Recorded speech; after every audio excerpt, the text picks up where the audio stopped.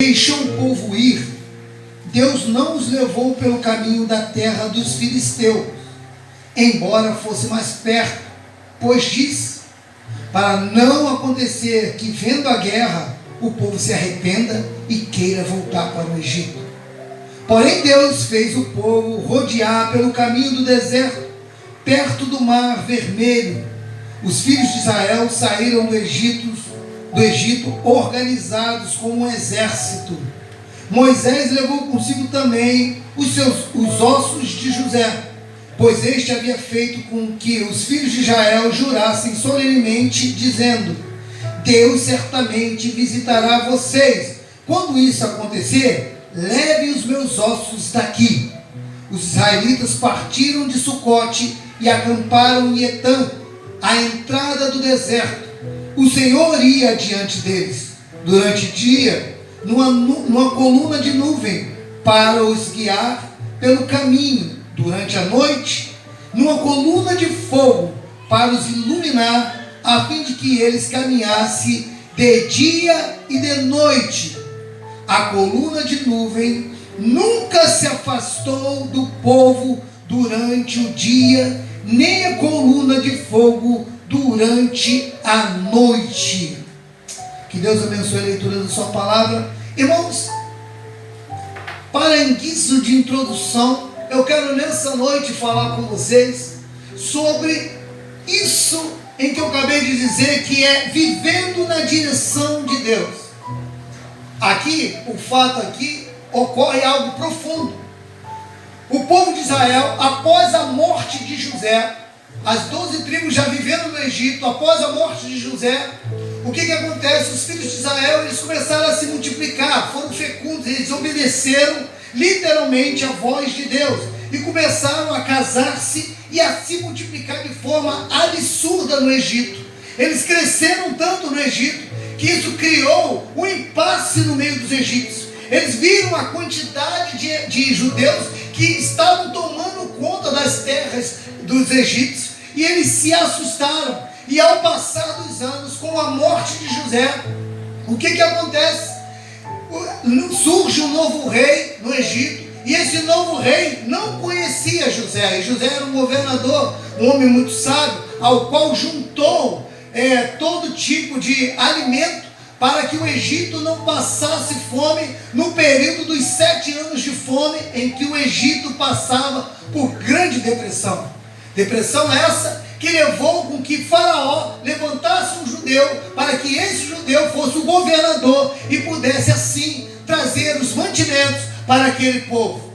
Mas o interessante é que, com a morte de José, esse novo rei, esse novo Faraó, ele não reconheceu que a vida de José, e nem mesmo as histórias de José, porque o tempo passou, e esse tempo foi um tempo longo, e o tempo passou, e ele não sabia os fatos e também as histórias de José. E vai dizer que ele se assustou quando olhou para o meio do seu povo e viu que havia muito mais judeus do que egípcios. E assim, com aquele susto, ele decidiu chamar também os seus mestres de obra, os seus engenheiros, homens esses que cuidavam de toda a obra que havia no Egito, e falou: olha só, vamos oprimir esse povo, está na hora de botar esse povo para trabalhar. Então eles vão e começam a fazer mais tijolos e entregam os filhos de Israel e falam: vocês têm que construir mais, e achando que com isso eles iriam parar a Israel. E o que acontece com tudo isso? A Bíblia vai dizer no versículo 11 do capítulo 12, que quanto mais eles afligiam a Israel, quanto mais eles apertavam Israel, Israel crescia. Quanto mais eles apertavam e fustigavam Israel, Israel crescia. E aqui vem o primeiro ensino que eu quero dar a vocês. Por favor, guarde isso no seu coração. Quando você passa por apertos na sua vida, quando você passa por perseguição na sua vida, quando você passa por dor e choro na sua vida, não quer dizer que você vai sucumbir e morrer, mas quem sabe é o momento em que Deus vai fazer você crescer. Deus vai fazer você crescer. Se a coisa está apertada, saiba que Deus está aí trabalhando na sua vida para que você venha crescer. Você pode dizer um amém? Está se sentindo apertado? Está passando por luta? Então saiba que Deus está te fazendo crescer. E passado esse tempo, então, agora vai passar um período em que o povo de Israel vai viver debaixo desse tormento, e Deus então vai levantar um homem chamado Moisés.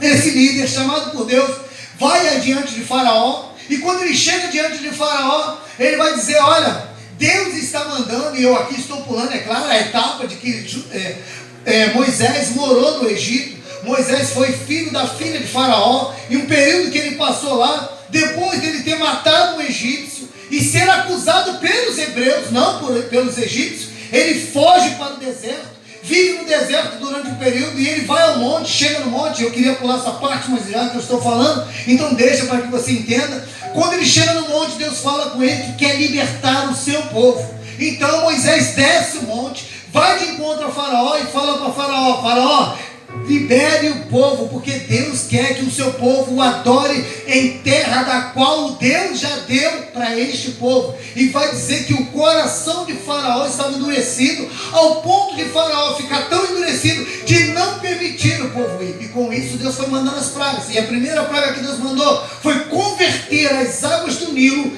em sangue. Deus converte as águas do Nilo em sangue. E começa a acontecer que as águas começam a se converter em sangue. E Deus vai mostrando o seu poder diante de Faraó. E a palavra de Deus vai dizer que ainda assim Faraó ficou com seu coração endurecido. E o texto da Bíblia vai falar que a última praga que Deus enviou foi a praga das mortandades dos primogênitos. Morreram todas as crianças, desde do rei até mesmo o mais pobre. Todos os primogênitos vieram a óbito. E para você que não sabe, ali surge a palavra Páscoa. A palavra Páscoa surge ali, tá? Você entende?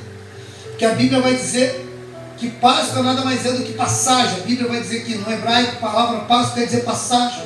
E vai dizer que quando o anjo da morte veio para matar a toda aquela casa que não havia o sangue nos umbrais da porta, o anjo da morte vinha, e quando ele olhava o sangue na vértice da porta, ele passava por cima. E essa passagem dava livramento a quem morava na casa. Então ali surge esse momento. E quando morrem todos os primogênitos do Egito, e também do povo, havia povo também judeu que não acreditou nisso, também morreram seus filhos. E vai dizer então que Faraó, muito contrariado, viu que Deus de fato era Deus, e falou: manda esse povo embora, eu não quero mais esse povo aqui. Manda esse povo embora, que eu não quero mais esse povo aqui. E exatamente esse povo agora vai tomar o rumo de sair do Egito. E nós vamos entrar agora na passagem da qual nós estávamos lendo. Eles agora saem do Egito, local onde eles tinham alimento, no local onde eles tinham água, e agora eles saem em direção ao deserto. E no momento em que eles saem ao deserto, a Bíblia vai dizer que o deserto vai muito maltratar os filhos de Israel.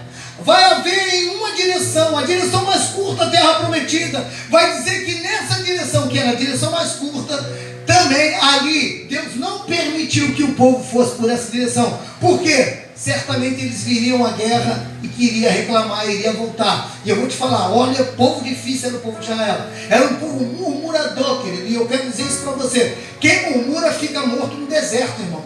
Não tem que murmurar não, tem que parar com essa vida de murmuração na sua vida. Levante a sua cabeça, tu é filho de Deus. Saiba que o Senhor vai te levar à terra que Ele te prometeu. E baseado no texto que nós acabamos de ler, a palavra vai dizer que Deus não nos levou pelo caminho mais curto. E o ser humano, ele tem essa tendência de tudo querer o caminho mais fácil. Já reparou isso? Nós temos a tendência de achar que tudo tem que ser o mais fácil, o mais rápido possível. A gente quer que a coisa aconteça da forma mais rápida possível. Nós queremos, assim como como aquelas pessoas que nos oferecem alguma coisa no shopping ou nas lojas aqui de Bangu. Já reparou? As pessoas viram para você, e interessante isso, irmãos, que nós não devemos querer os mais fáceis e os mais tranquilos. Porque já viu quando você está passando num shopping, ou quem sabe aqui na rua, aqui no calçadão, e aquela pessoa, a primeira coisa que ela vai virar para você, vai falar assim: olha, tem aqui, vai ter logo uma placa, uma mulher que adora ver essa placa, né? Não, menos a minha mulher. Ou não. Promoção. Aquela, não pode ver uma plaquinha de promoção, né? A mulher está cheia de roupa em casa, mas viu uma plaquinha chamada promoção. Quer ver uma coisa que chama a mulherada? Começar aquele furdúncio de mulher no mesmo lugar. Ela não sabe nem o que está acontecendo. O marido está passando com ela de mão dada, quando ele salta um pouquinho, a mulher já está lá no meio, pulando. Está pegando o que aí? Não sei, se você está uma guerra danada aqui, eu quero pegar isso aqui. É muita mulher aqui, tem alguma coisa para mim nesse lugar, não é assim? E a verdade é que a gente cai numa facilidade das coisas que nos atraem. E aqui o interessante é isso, que primeira coisa que acontece, nós somos pressionados pela vista. Nós queremos o mais fácil. E aí vem o vendedor e fala assim: ó, tá baratinho. Você pode dividir em X vezes. E quando fala em dividir, aí tá a mulherada mesmo, né? Eu ontem fui no shopping comprar um sapato para mim. E quando eu cheguei lá no shopping, eu falei pro rapaz assim: olha, eu quero levar esse sapato aqui. Aí ele falou: tá na promoção. Ele já mandou assim, né? Já querendo me dar aquele papo. Eu falei: não tô ligando pra promoção não. Ele: ó, dividido em 4 vezes. Eu falei: não quero, eu quero pagar à vista. Como é que tem? Tem desconto? Ele falou: não tem desconto. Ué, mas como assim? Se a prazo eu vou dividir em 4 vezes, eu vou pagar em dinheiro à vista. E aí? Não fica melhor? Não fica mais fácil? Vocês vão ganhar esse dinheiro agora, então não tem como abaixar 10%? E ele falou para mim: não. Ou seja, tudo que parece que vem fácil, na verdade é uma armadilha para te derrubar. Por isso que Deus não conduziu o povo pelo caminho mais rápido. Era necessário o povo conhecer o Deus que caminhava ao lado deles, o Deus que livrou eles do Egito. Então saiba disso. Não vá pelo caminho mais fácil, mas percorra o caminho da qual Deus preparou para você. Porque saiba que ainda que você esteja no deserto, Deus estará ao seu lado. Então não pare. Isso é um perigo muito grande. Nós ficamos olhando as coisas que muitas das vezes, as espirituais, são mais ainda provocantes, queridos. Que as pessoas parecem que querem viver uma vida fácil na presença de Deus.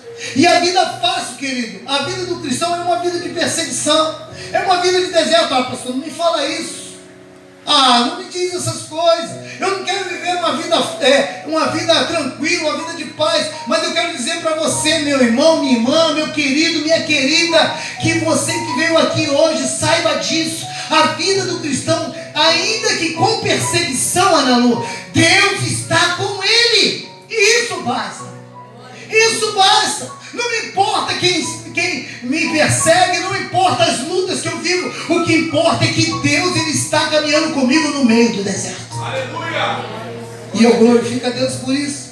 Então nós temos que ter muito cuidado com as fantasias que este mundo quer nos trazer e as facilidades do dia a dia, porque provavelmente isso pode nos afastar de Deus.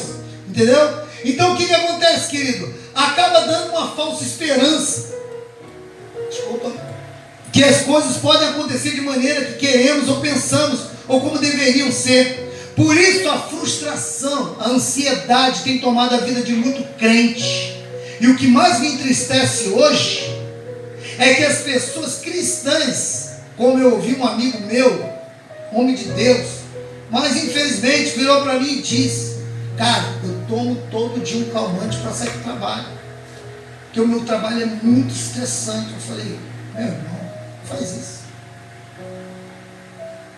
Você não sabe que a vida do cristão é desse jeito? Você não sabe que o cristão passa por isso?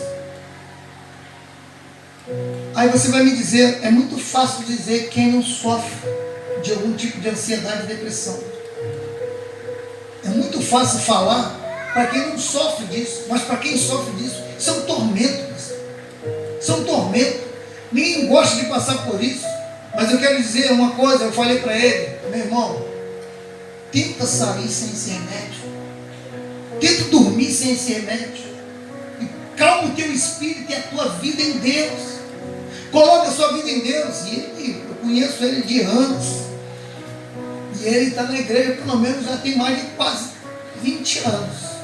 Mas ele, falando isso, o que é isso? Isso são as frustrações que derramam sobre nós a ansiedade, a depressão, a insegurança, a dúvida da existência de Deus. As pessoas começam a achar que Deus não olha para mim, não olha. Hoje pela manhã, no estudo pela manhã que nós estamos tendo aqui, o estudo falamos sobre a questão de Deus, os pensamentos que Deus tem sobre nós. Será que você sabe os pensamentos que Deus tem sobre a sua vida em particular? Será que você consegue entender os pensamentos que Deus tem sobre a sua vida? E o salmista vai dizer no Salmo 139 que Deus já me conhecia antes ainda que eu viesse se formar no ventre da minha mãe. E o salmista vai dizer assim: Deus, se eu fosse contar os pensamentos que tu tens sobre nós, seriam incontáveis, serão como as estrelas dos céus e a areia no mar. Então o salmista estava dizendo o seguinte: se o que Deus pensa sobre mim e sobre você, você não pode imaginar. Deus é capaz de cuidar da sua vida sim. Deus é capaz de te livrar sim. Se você está aqui até o dia de hoje e está com vida, saiba, você só está aqui porque Deus cuidou de você até hoje. Então peraí, arranca a ansiedade. Se Deus te trouxe até aqui, Ele vai te levar além. Creia nisso. Se Deus te trouxe até aqui, Deus é capaz de te conduzir além daquilo que você possa imaginar. Porque os pensamentos de Deus sobre mim e sobre você, como é dito lá em Jeremias, no capítulo 29, no verso 11: eu bem sei que pensamento eu tenho de vós, diz o Senhor. É Deus que sabe os pensamentos que Ele tem sobre a minha vida e sobre a sua. Então saiba do seguinte: a Bíblia vai dizer que assim como Ele cuida dos lírios e cuida dos pardais, tu acha que Ele não vai cuidar da sua vida? Então não deixa que a ansiedade, a depressão, a falta de entender quem é Deus, Ele continua assentado no alto sublime trono, mas Ele também habita num coração contrito e quebrantado. Ele está hoje aqui a ponto de dizer: é eu que conduzo os caminhos da sua vida. Tu creia nisso, por favor. Abre os seus olhos para Deus e pense: é Deus em quem cuida das nossas vidas. E eu tenho isso como algo bem firmado na minha vida. A minha vida é uma vida de desafios, mas eu lanço toda a minha ansiedade em Deus, porque eu sei que Ele tem cuidado de mim. É isso que eu creio. Eu quero casar, então fique tranquilo. Eu quero comprar um carro, fique na paz. Eu quero comprar uma casa, fique tranquilo. Saiba que Deus, Ele é capaz de fazer e te dar estratégia. Deus, pastor, vai cair uma chave de um carro do céu se eu orar 24 horas? Claro que não. Claro que não. Você vai ter que trabalhar. Claro, Deus faz milagre? Faz. Eu creio muito em milagres. Eu já ganhei um carro zero. E olha que eu não era pastor nada não. Ficar sentado aqui. Mas um dia Deus falou no meu coração: eu vou te dar um carro zero. Eu estava de joelho orando e eu ouvi aquilo claramente. Isso foi numa terça. Quando foi na sexta, que eu entrei na porta da igreja, veio uma irmã, me deu uma chave e falou: Deus mandou te dar esse carro. Eu falei: não quero. Crente é tudo assim. Dá e depois toma. Não tem palavra. Não quero nada disso não, irmã. Virei as costas e saí. Ela veio chorando atrás de mim e falou: esse era o teste que eu pedi a Deus, que a pessoa que eu ia dar, ela ia dizer que não queria. Então é você. Então tá bom. Aí eu lembrei do negócio. Eu falei: é verdade, então dá. Eu creio que Deus faz milagre. Eu creio nisso. Mas você tem uma vida. Você deve seguir sua vida, sabendo que Deus está contigo. E por favor, acompanhe comigo então o que diz aí. Ao tirar o povo do Egito, Deus não os levou pelo caminho que estava mais perto. Verso 14. Diz aí, leia comigo. O verso número 17, desculpa. Quando o faraó deixou o povo ir, Deus não os levou pelo caminho da terra dos filisteus, embora fosse mais perto.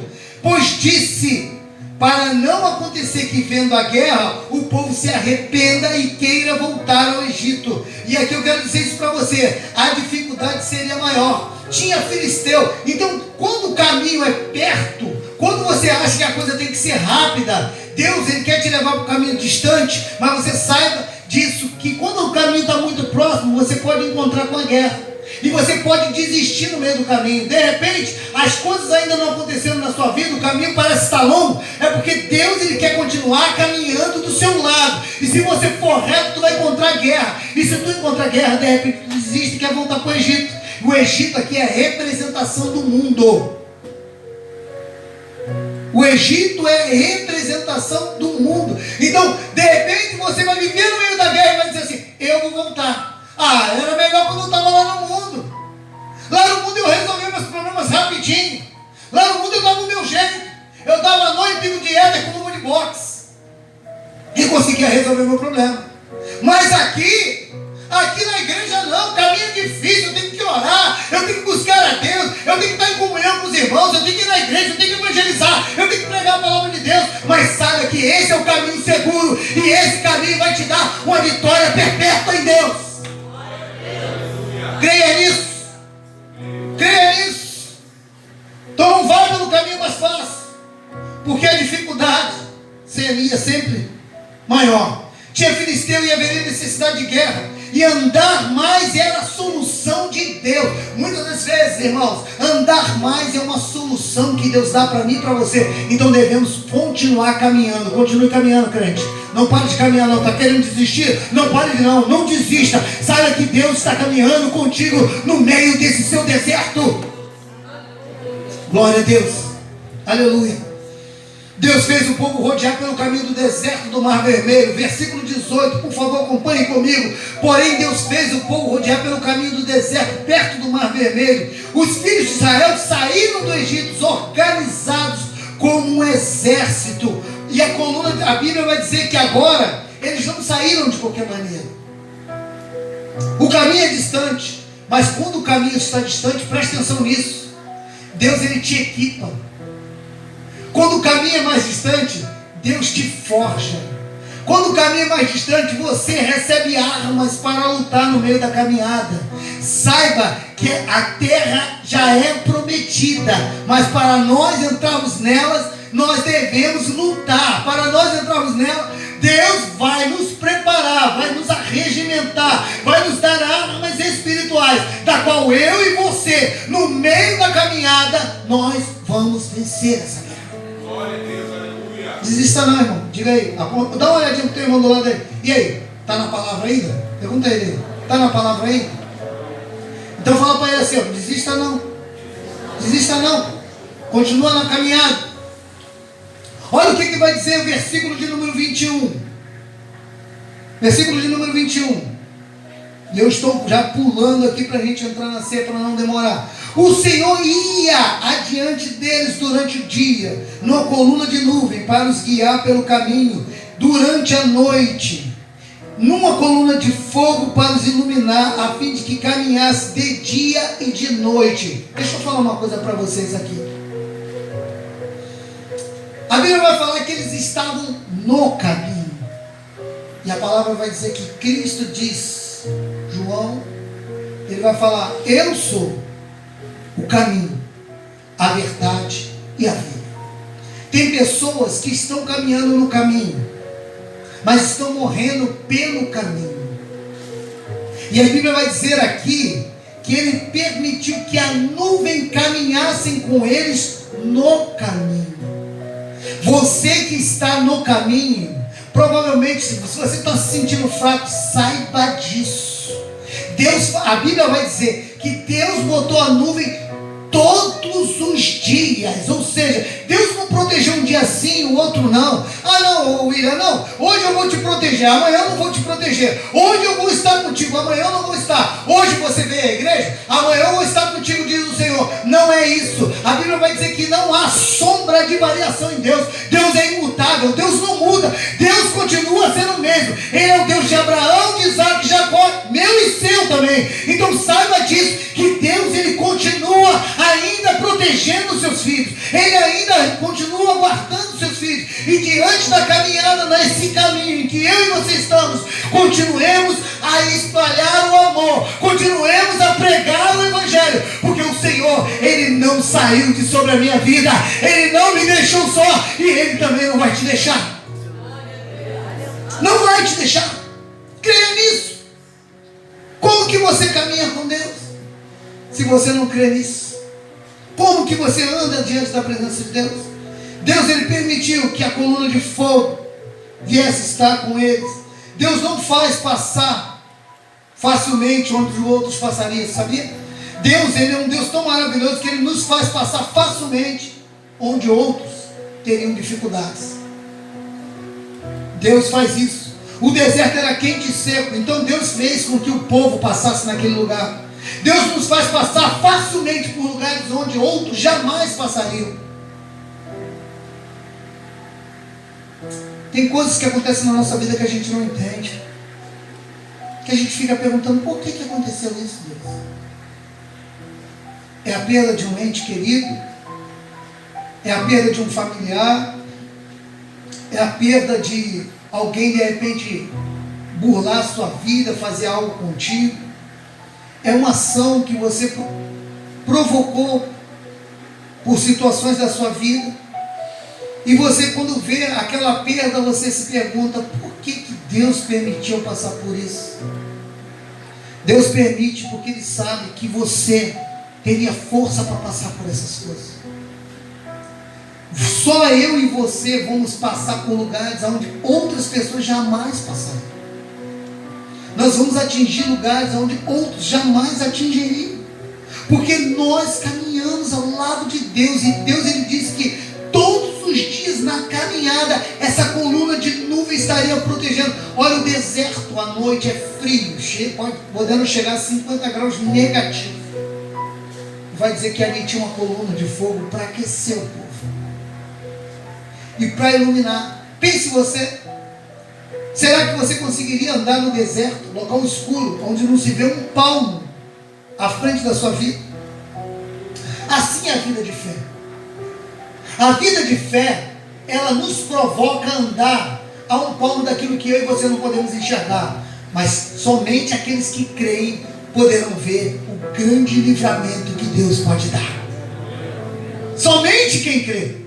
Porque quem é que tem a capacidade de, no meio da escuridão de um deserto, cercado de animarias, de animais de todos os tipos, escorpião, serpentes e outros animais, chacais, e eles andarem pelo deserto com aquela coluna de fogo, os aquecendo de forma surpreendente? Isso mostra a grandeza e a soberania desse Deus que é capaz de cuidar de nós. Ele é capaz de cuidar.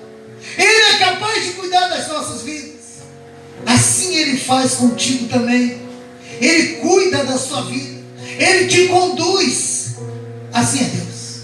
Assim é o meu Deus. Assim é o teu Deus. Creia nisso. Creia nisso. E de dia, temperaturas acima de 50 graus. Um calor tremendo. E a Bíblia vai dizer que o sol não te molestará, nem a lua de noite. A Bíblia vai dizer que o sol, ele pode vir para tentar te molestar, mas a nuvem de Deus é capaz de te guardar. Creia nisso. É uma palavra de consolo, uma palavra de imposição, porque você, daqui a pouco tu vai sair pelo deserto. O deserto é o mundo. Você foi tirado do mundo, foi limpo no mundo, foi colocado no mundo, mas você não é do mundo. Você não pertence a esse mundo mais. Você pertence a Cristo. O Senhor pagou um alto preço por ti. Cristo se entregou na cruz por ti. O livramento que Ele te deu foi para que um dia você viesse a conhecê-lo. E hoje está bem estampado diante de ti. A cruz de Cristo mostra o infinito amor de Deus. E eu nesta manhã falava assim: quando os homens decidiram escrever a Bíblia no Novo Testamento, eles pegaram e olharam para um casal aqui, como eu estou vendo aqui, Antônio e a sua esposa Thaís aqui. E eles olharam para eles e falaram: aqui eu defino um tipo de amor. E o amor que eu defino é o amor eros, o amor entre marido e mulher. E olhando também para duas pessoas iguais, amigos, que andavam lado a lado, eles definiram o amor, olharam para aquelas duas pessoas e falaram: aqui nós definimos o amor, aqui está o amor filéu, o amor de irmão, o amor de irmandade, o amor de um para com o outro, como essas duas irmãs que estão aqui na minha frente, o amor filéu, o amor dado por Deus. Mas quando eles olharam outro tipo de amor na Bíblia, eles se assustaram, eles ficaram espantados e não conseguiram definir esse amor, porque eles entenderam: peraí, que amor é esse? Que amor é esse que é capaz de pegar o seu filho unigênito e entregar para uma pessoa que não merecia, como eu e como você? E eles ficaram atordoados com aquele amor. Eles ficaram assim: como definir este amor? E de repente um olhou para o outro e na hora de escrever falaram: olha, eu não estou vendo nenhum tipo de condição para esse tipo de amor. E aí eles chamaram de amor incondicional. Não tem condição para... não, hoje eu vou à igreja porque eu vou mostrar que amo a Deus. O teu amor de nada vale, porque Ele te amou incondicionalmente. E eles chamaram esse amor de amor ágape, o amor que não precisa eu e você fazer nada, porque tudo Ele já fez. Ele se entregou naquela cruz por mim e por você. Ele morreu naquele calvário. Era um local meu, era um local teu. Aquele local ali é para pecadores como eu e você. Mas Ele decidiu falar: sai, chega para lá que eu vou entrar na frente. E a ira que estava proposta para mim e para você, Deus que está virado pelo pecado da humanidade, olhou para Ele na cruz e lançou toda a sua ira sobre Ele. E a pancada da ira de Deus protegeu a minha vida, protegeu a sua vida da morte. E hoje nós temos salvação e vida eterna na cruz de Cristo. É isso que nos conforta no meio do deserto. É saber para onde que eu vou. É saber que aquela cruz descreveu o meu destino. O meu destino, eu repito, não é numa tumba fria e vazia. O meu destino não está na morte, mas o meu destino está na vida, porque Ele se entregou por mim. E eu quero finalizar, porque nós vamos entrar na ceia. E eu já pulei alguns textos aqui, tive que correr.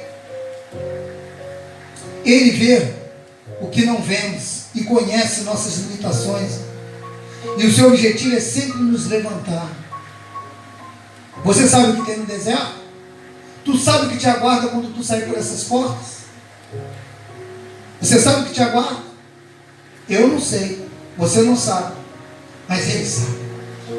É por isso que Ele te protege, é por isso que Ele põe uma coluna, uma nuvem, por isso que Ele está com as mãos dele estendidas sobre a vida de todo aquele que de fato, João capítulo 1 verso 11, e todos quanto receberam deles o poder de serem feitos filhos de Deus, a saber os que creem no seu nome.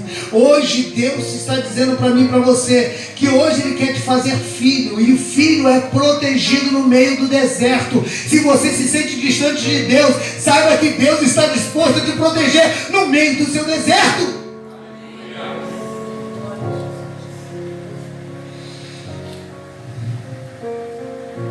Vamos ler o versículo de número 21. E o Senhor ia adiante deles. Ia diante deles durante o dia, numa coluna de nuvem para os guiar pelo caminho. E durante a noite, numa coluna de fogo, para os iluminar, a fim de que caminhassem de dia e de noite. O que eu quero falar para você aqui hoje é que Deus não quer que você pare de caminhar. Por isso que eles caminhavam de dia e de noite. Não podia parar, porque o nosso destino parece longe, mas saiba que é o local correto, onde eu e você vamos habitar com Ele na glória. O que Ele está pedindo para mim? Eu te protejo todos os dias, mas para que você não pare de caminhar. Não pare de caminhar, meu irmão, minha irmã. Se está cansado, continue caminhando. A luta está grande, continue caminhando. A distância está distante, chegada da minha bênção, saiba disso, continue caminhando. A luta é grande, mas continue caminhando, não pare. Só tem um que quer que você pare, a saber, Satanás. Ele que vem senão para roubar, matar e destruir. Mas Cristo veio para desfazer as obras do diabo. Ele veio para te mostrar o caminho, porque Ele continua sendo o caminho. Ele veio para te mostrar a vida, porque Ele continua sendo a vida. Ele veio para te mostrar a verdade, porque Ele continua sendo o autor da verdade, o autor da mentira. João 8,44. Vós sempre por pai Satanás, porque nunca se firmou na verdade, antes é mentiroso e é pai da mentira. E todo aquele que mente se torna filho do diabo, porque ele nunca se firmou na verdade. Então nós somos filhos de Deus, e a Bíblia vai dizer que ainda não é manifestado o que devemos dizer, mas sabemos que quando Cristo Jesus se manifestar, seremos semelhantes a Ele, porque assim como Ele é, nós o veremos, Senhor, nós veremos. Então a minha esperança não está no deserto, ou seja, no mundo. A minha esperança não está na proposta que o mundo pode me dar. A minha esperança não está no Egito, mas a minha esperança está naquele que todos os dias levanta diante de mim uma coluna de fogo, diante de mim uma nuvem para me proteger de dia e de noite, para que eu possa nunca parar a minha caminhada. Você que está aqui hoje, eu pergunto, como está a sua caminhada com Cristo? Se você pudesse dar hoje uma nota para a sua vida cristã, de 1 a 10, você classificaria a quanto? Eu sempre digo isso aqui nos estudos pela manhã. Você classificar a sua vida. E a minha pergunta é, como está a sua vida de caminhada com Cristo? Você se coloca diante dele? Ou você troca Cristo por tantas coisinhas que você acha mais importante? Tudo que nós devemos fazer é correr atrás do vento. Somente Cristo traz paz nos momentos de maior opressão que o deserto possa trazer e o Egito possa derramar. Você não vai viver à base de remédios. Você não vai viver à base de diazepam e de todos os pães da vida, mas você vai viver debaixo da promessa e do descanso eterno e da paz que Cristo pode derramar sobre a sua vida. Então abre o teu coração e não pare a sua caminhada. Provavelmente quando você para de caminhar, tudo que não presta vem sobre você. Por quê? Porque você saiu debaixo da proteção da nuvem e da coluna de fogo. Então põe-se de pé. Saiba que Deus está disposto a derramar dessa graça e dessa misericórdia sobre a sua casa, sobre a sua família, sobre os seus filhos, sobre a sua vida jovem que hoje se encontra aqui. Saiba que Cristo te chama para que você não pare a sua caminhada. Continue caminhando, porque a vitória virá na caminhada.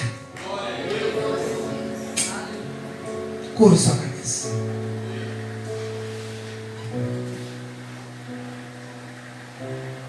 Quero chamar aqui